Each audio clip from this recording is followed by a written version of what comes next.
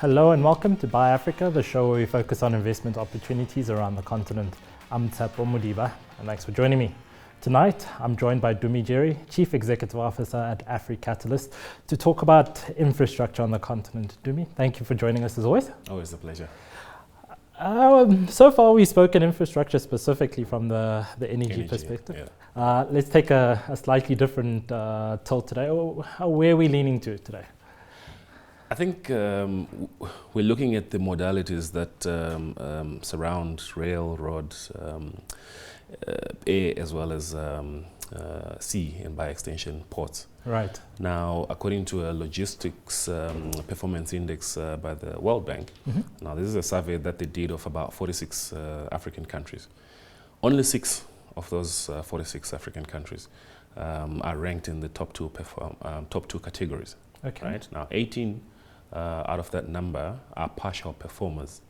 That means they're neither good, they're neither bad, they're just somewhere in the middle. Right. 22, and that's the remainder, 22 of those African countries were classified as logistically unfriendly. Now that speaks to a lot of things, particularly when we talk of movement of goods and services across the continent. And that ultimately will impact business across the board, will impact business within the country, but also imports and exports.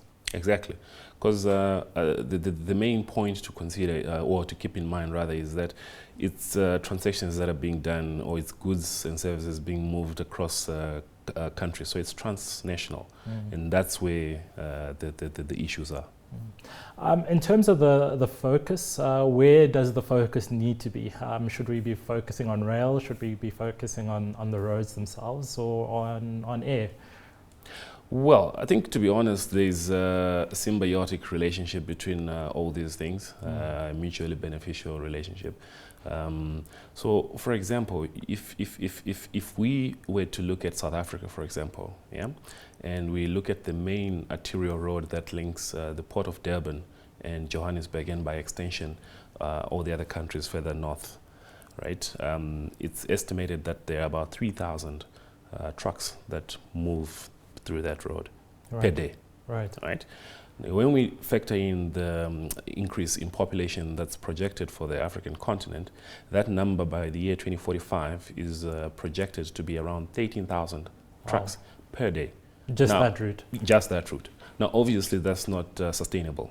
So obviously, it now speaks to the need for a good rail system, because that alleviates the pressure of the roads, and it's cheaper, it's much more efficient, and goods are still safe.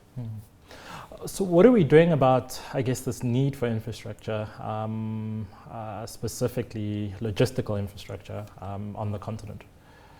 So there's a couple of initiatives that have come up. Obviously, in an effort to unify the whole continent, certain African nations have divided themselves into sub-regional blocks.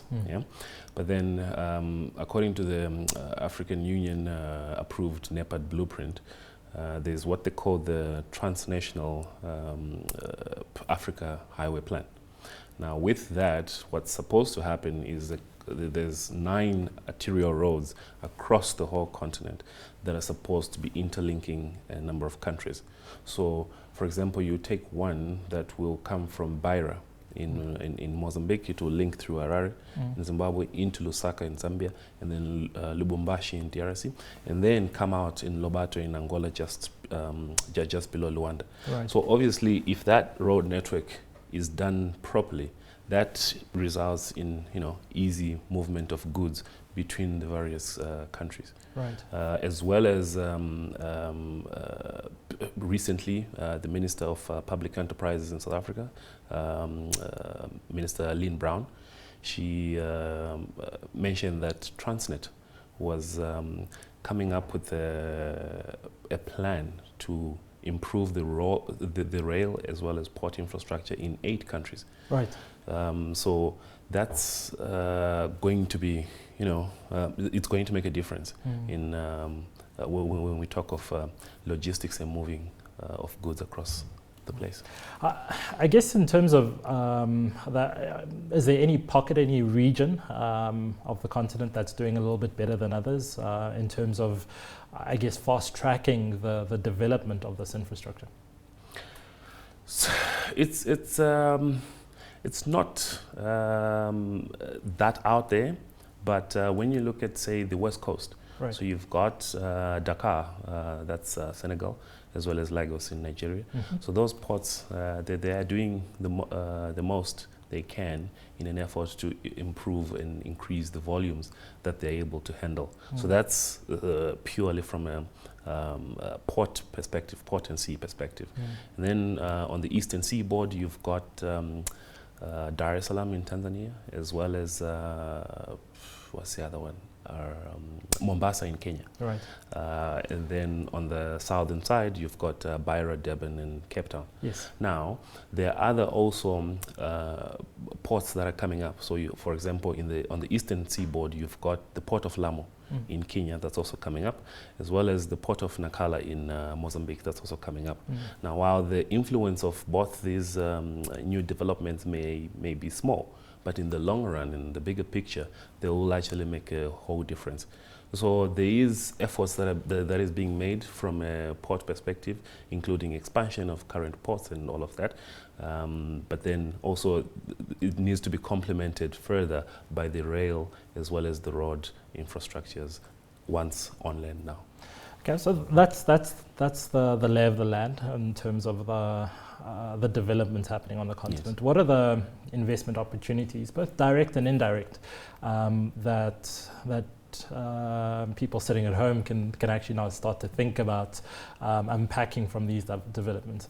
Yeah, well, I think the best way to look at it, particularly when we talk of the African continent, is when you see a problem, think opportunity. Yes. Don't actually think that it's a problem. So all these problems that we've just mentioned, it's that there are opportunities in them in themselves. When you look at the cost of moving goods, say by road, right? So, for example, 12 of the landlocked countries in Africa, the cost of goods there accounts for about 70% of the total export goods. Now, that's a huge number. It is. So obviously, there's lots of feeder industries that feed into the whole chain if we were to change that. And that is one of the opportunities that we should look at. If we were to look at air, for example, as well, according to the International Air Travel Association, if 12 countries opened up their air skies, that would result in about 155,000 jobs. That's one. Two, it also result in about 1.3 billion US dollars added to the GDPs of the countries that will have done that. Right. So that's just specifically speaking on that. But obviously, like I mentioned earlier on, there are other feeder industries that will feed into those particular spaces that will have been opened up. Sure. And that creates also opportunities for so many other people out there. From a direct funding perspective, are there opportunities for business to participate in funding of these infrastructure projects? Yes. I say so because governments can never do it alone. That's for sure. So there's a need for blended finance, so to speak. Right. So, for example, the transnational highway that we spoke of earlier on, it's being funded by certain countries, but also by African Development Bank, right, and also a bit from the African Union. So that's what we mean when we talk of blended finance. So yes, private players can also come on board, but also public players as well. So through those partnerships, those PPPs, then at least they're able to drive the agenda forward. Right. From a policy perspective, at a government level, are we okay in terms of the right framework to access different kinds of funding and actually push through these much needed infrastructure projects? Yes, so maybe not necessarily from individual government perspective, but from a regional perspective. So you look at, for example, the East African community. We always refer to it on this show because, well, granted, they're actually doing much better than, ECOWAS as well as SADC. Right. So they've got, for example, they've got a plan that they've put in place of rail lines that will come all the way from, say, Tanzania, and they will link all the way through Uganda and so forth. So that's just an example of some of the things that the other regional blocs are doing. The others, yes, they've got the frameworks in place and the talks are going on. It's just now a matter of putting more pressure and more action on the ground, so to speak, so that we can actually see tangible things on the ground.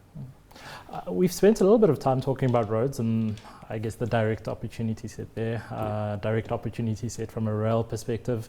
Where in the scale of things does air fit in?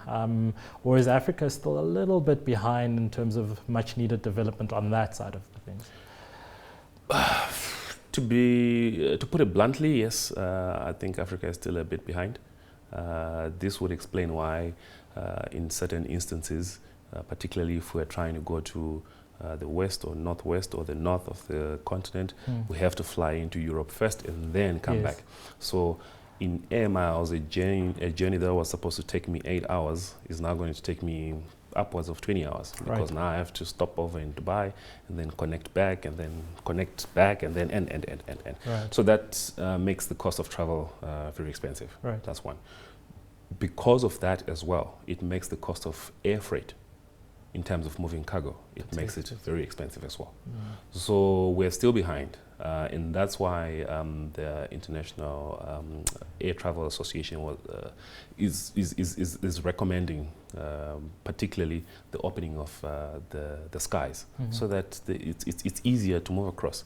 And I think closely linked to that as well is the visa openness policies of all the countries. It doesn't make sense that as a South African you can only access about 20 countries across the continent without a visa. But it's much more worse for a Nigerian who would need about 37 visas across the continent. So it's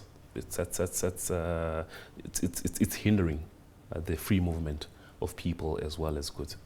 All right, let's leave it there. Thanks to my guest, Dumi Jere, Chief Executive Officer of AfriCatalysts. That's all from Buy Africa this week. Remember to follow me on Twitter. That's @Modiba_Tshepho. And send us your thoughts about the show using the hashtag BuyAfrica. For myself and the team, goodbye.